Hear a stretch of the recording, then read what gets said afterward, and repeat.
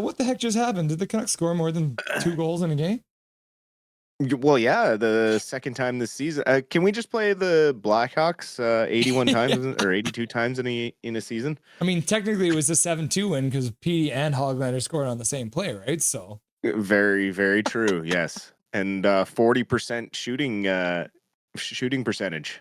yeah, wild. I mean, like not a lot of shots in this game. 15 shots by the Canucks, only 19 by Chicago. So low shooting game, but still Yep. 6 goals on 19 shots is I mean, I don't even know if I blame their goalie that much either. It's like just a lot of high quality, 2 really good passing plays. Like I don't even know where to start. Like I'm just jacked up now, Dustin. Yeah. I mean, the unfortunate thing is that a big 6-2 victory has kind of been sullied by a worry for Philip Hedl. Yeah. Obviously an absolutely atrocious check from behind there by Jason Dickinson. I don't know how 4 officials on the ice that should be watching the play because the puck was there all missed that call. The linesmen are capable of calling a 5-minute major if they see it happen, and how all 4 guys missed that is just beyond me. And you just hope with Hedl's history of concussions that it isn't anything serious. The way he reacted when he got to the bench, kicking the door open, a lot of frustration. That's a guy who knows he's had history of concussions, and hopefully it's not serious, but he was pretty woozy when he tried to get up the first time. So, yeah, I don't know what's going on with the officiating, but that's one you cannot miss because they missed it.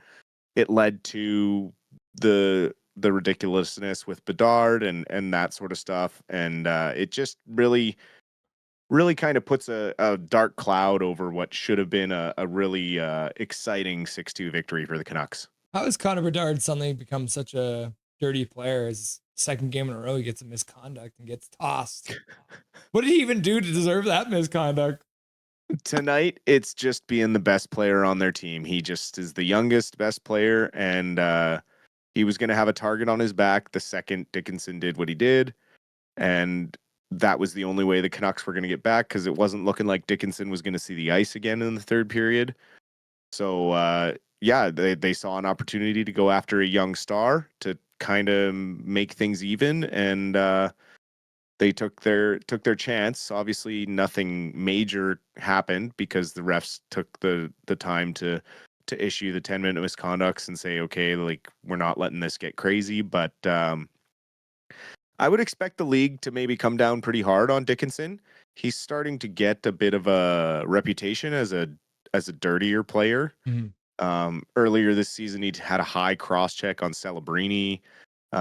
He did kind of try and make a high hit on Pettersson at one point, I think this season as well. So I just, yeah, I wish that hadn't happened. But moving on to the more exciting stuff, that pass by Sherwood, one of the goals of the year there, with that setup to Oman for Oman's first of the season. Didn't know Sherwood had that kind of playmaking ability in him. Yeah, and then even the goal right after the pass from Garland over like I honestly when I was watching the play live, it looked more like it was an accidental, like the pass came across to Garland, but it looked like it maybe like bounced off some skates and came back to Suter. But that was just Connor Garland heads up play looking over and putting that pass over for back to back. So Niels Almond gets his first goal of the year on an absolutely gorgeous pass. And then Garland's like, okay, I'll show you what I can do. That felt a lot like Garley and Joshua last year. They were like notorious for that second strike out of nowhere. They'd be the line with Bluger that would kind of come out after a goal, and a few times they would press really hard and many times get a goal quickly. But the 8 seconds is just awesome. Connor Cahill just donated $5 here after the game. Great win. Let's beat Utah and make this St. Patty's Day weekend to remember. What I can't. Al-Gahid Lynn Canucks from a proud Irishman. I'm assuming that's probably Celtic or Gaelic, but I cannot pronounce that, so I apologize for the terrible pronunciation. Yes, it is time for some green beer this weekend, people. If we could win 2 games, I'm sure all the leprechauns on our team, like Connor Garland and Niels Hoglander, would be happy about that. Yeah, no, tomorrow night is a huge game. Tonight was an important victory after St. Louis got a victory as well.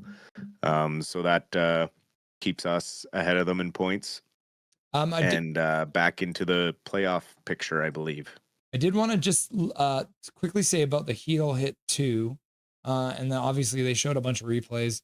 It's one of those ones where it's going to be hard to say if it's going to be a concussion because it didn't look like his head actually hit the boards. It was that motion of his head snapped back and his shoulder hit.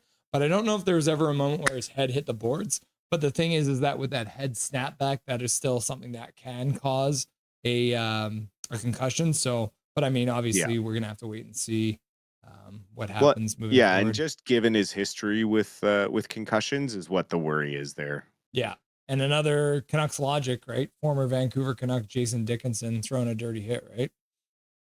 Yeah, of course. The other one I wanted to talk to you about was obviously Pettersson, Mr. Elias Pettersson scoring another goal, his 15th of the year. What a shot. I mean, I don't want to say he's back, but I'm thinking he's back. That was a pretty impressive play to stick handle around the defender, get it open, and snap it over the blocker side, off the post. It was in and out of the net so fast. Like, that's the shot we've been missing from Pettersson.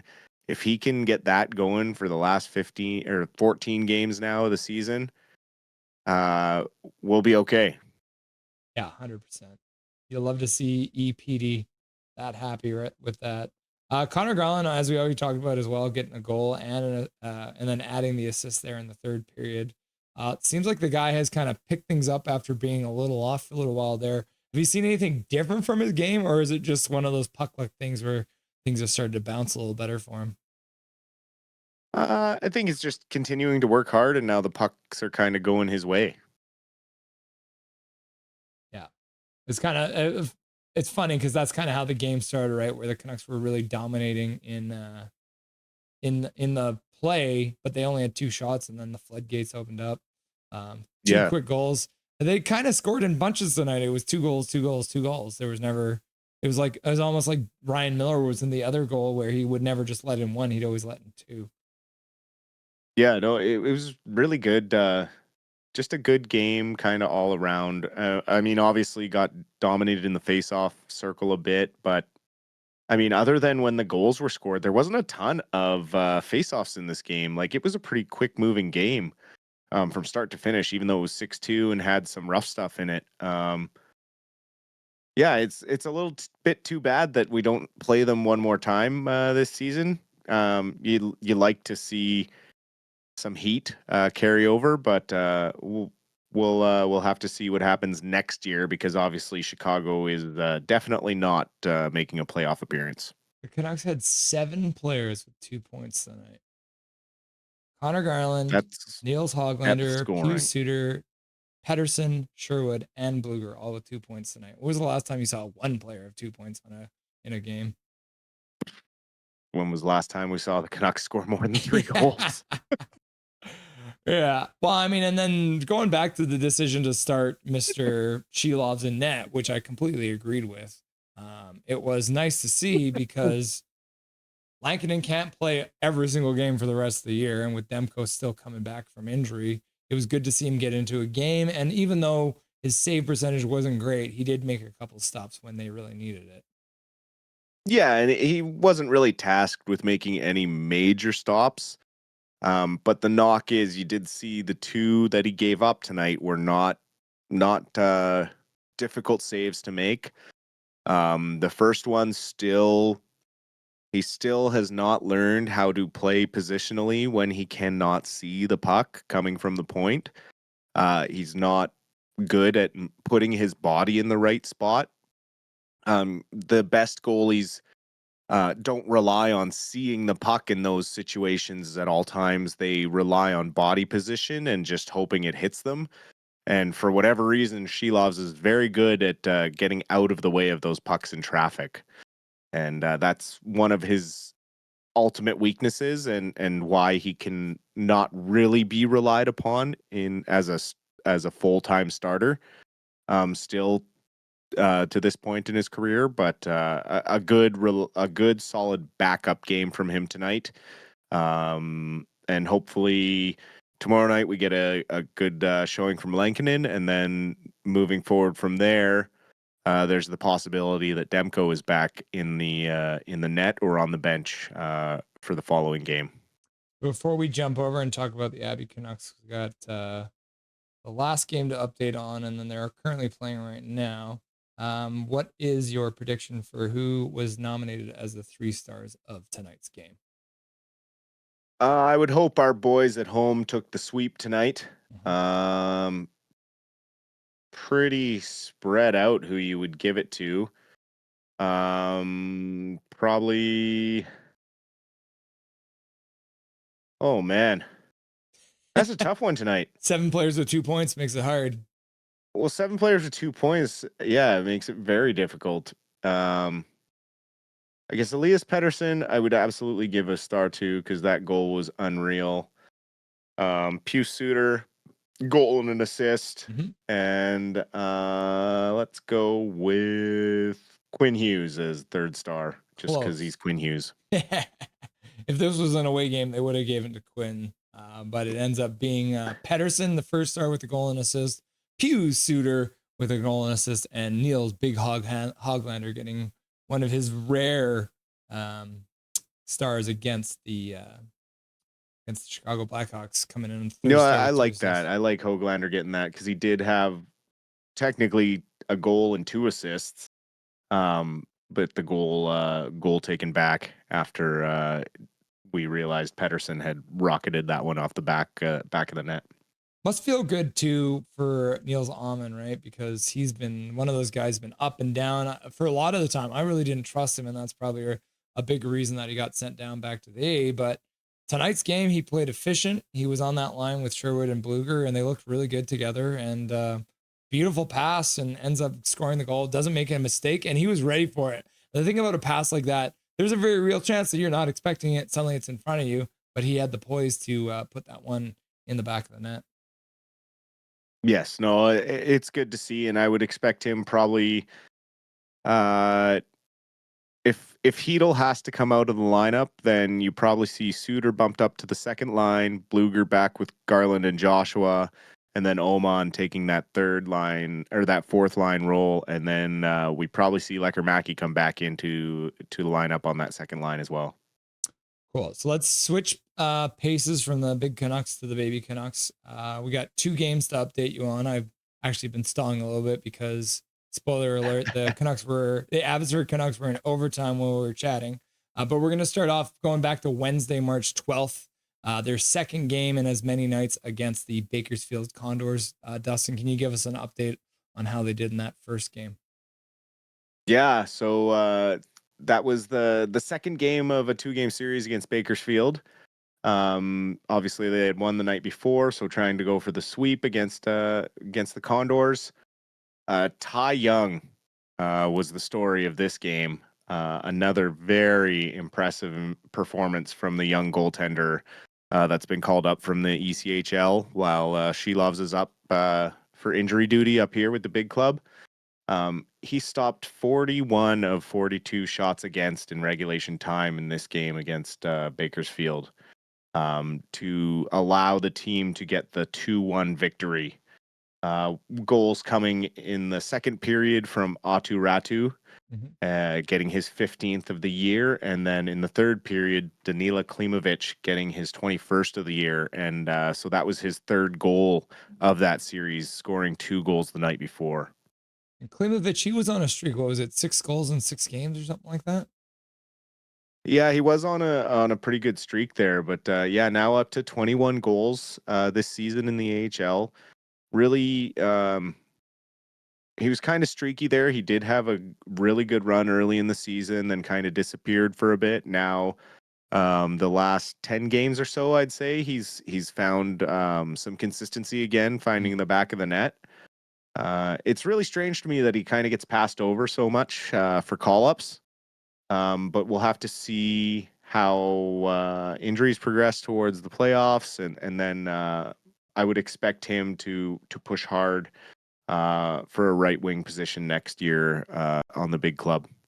They finish out the back-to-back with a 2-1 win over the Bakersfield Condors, winning the 2 games there, and then playing tonight the St. Patty's Day night game against the Calgary Wranglers, a very tough opponent that we've seen quite a few times lately. How did the Mm-hmm. boys do this fine evening while playing the same night as the big boys? Yes, trying to chase down those Calgary Wranglers in the standings. They are the team ahead of us with 68 points, and going into the game tonight, the Abbey Canucks, with a game in hand, trailing them at 65 points. So an important game, important series. So 2 games tonight, going tonight and tomorrow. So tonight's game was a very back and forth battle. A lot of Calgary early. They opened the scoring a minute into the game. So then they took an early 1-0 lead, but Abbotsford was able to get 2 in under a minute. Around the 16-minute mark, we had a power play goal from Arshdeep Bains, getting his 9th of the season, from Max Sasson and Ty Mueller. And then shortly after, Atu Ratu found the back of the net for his 16th from Jujar Kara and Sammy Blade. Jujar Kara has points in all 3 games that he has played in an Abbey Canucks uniform since coming across via trade. So that's really good to see. Yeah, he's looked jacked up Um, lately, playing in pretty much his hometown. He's from Surrey, but playing in Abbotsford's probably pretty cool for the kid. yeah, and reunited with probably someone he grew up playing with, I'm sure, in Arshdeep Bains. I'm sure they have a lot of similar stories growing up as young South Asian men trying to play hockey and then trying to make it into the NHL. So probably pretty cool for those 2 guys to be playing with each other on the same team. Calgary would score 2 more goals in the first period, so a high scoring first period tonight in Abbotsford.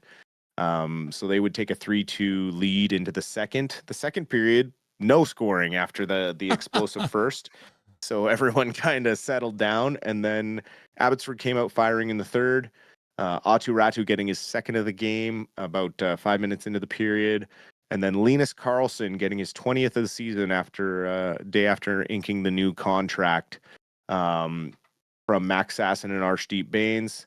Sasson becoming an assist machine down there in Abbotsford.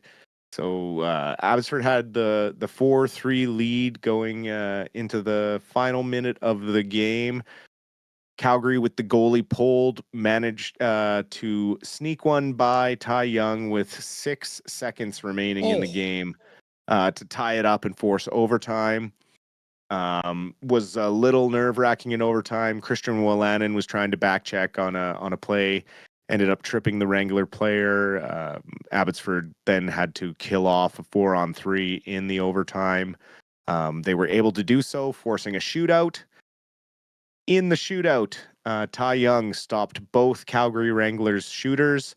And for your Abbotsford Canucks, Tristan Nielsen and Sammy Blay both finding the back of the net for the shootout victory and gaining that key second point. So able to get 2 points to Calgary's 1 tonight. So that'll bring Calgary up to 69 and the Canucks up to 67. So they gain 1 point in the race. And with a victory tomorrow, they could pull even with the Wranglers in the playoff picture. Giggity. Oh, it's very similar to what happened between the Flames and the Canucks. And it's also funny because the Abbey Canucks beat the Bakersfield Condors 6-2 earlier too, right? So maybe that was a sign of things to come because the universe There is a you go. strange place. Yeah. Yeah, so you're right. The Flames play, or sorry, the Wranglers play the Abbey Canucks in Abbotsford tomorrow at 4:00. Short turnaround. That's crazy. It's a 7:00 game tonight, a 4:00 game tomorrow. Very similar Mm-hmm. situation for the Canucks today. They play again tomorrow at 5:00 against the Utah Hockey Club. They have struggled against the Utah Hockey Club for whatever reason. It's a young, fast team. A lot of shooters. A very skilled team with a lot of speed and size. So you have to be ready for a team like that. Yeah, they have. I think they've only scored 3 goals in 2 games against Utah. So it should be interesting to see if things are different now. They're playing in Vancouver. Maybe Utah doesn't have the same oomph that they have, but like you said, they're a young, fast team with a lot of different weapons. So it should be interesting to see what happens against those young guns. For sure. Is there anything you wanted to say to chat before I let you go, brother? Thanks for being here as always. Big victory tonight. Hopefully the boys can back it up tomorrow against Utah and get a key 2 points to stay ahead of those Calgary Flames and St. Louis Blues in this wild card race. Awesome, Dustin. We'll talk to you in the first intermission tomorrow. Sounds good. Have a great rest of your night and a good day tomorrow, and we'll see everyone there. Nothing is perfect.